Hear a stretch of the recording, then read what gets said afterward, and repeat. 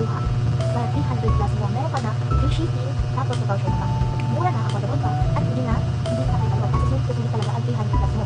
Dahil meron ka ng body wash, na 2-in-1, baby moisturizing lotion, at meron tayong facial cream. Ang ating lotion ay sobrang laki din. Ang laki niyan.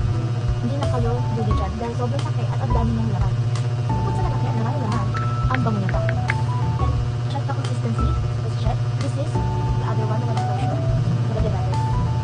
Oops, okay lang kasi sobrang moisturizing niya. Let's see. See? Bukod sa maraming siyang laman at malaki ka, napaka-moisturizing niya at sobrang bango niya. Yung amoy niya is para siyang, hindi siya parang, katulad siya ng baby powder. Ganun yung amoy niya. Ganun ang amoy. Amoy baby powder siya.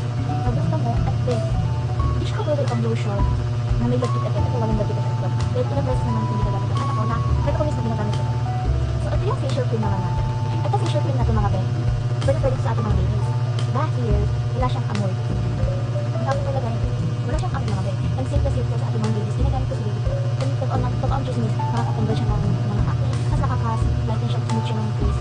So pwede ko sa ating mga ladies. So ganito yung children sa loob. Meron siyang kasama scooper. Meron siyang kasama scoop. Meron pa siyang mini. Tapos, yung kabilang, yung may loob. Napaka-daming laman. Gamit na kasi gabi. Dami yung laman din. Kaya hindi na kayo magulo dyan. Next naman natin ay yung ating facial cream. So, ganito. So, ito naman ang ating 2-in-1 body wash. So, ganun din sa Denver.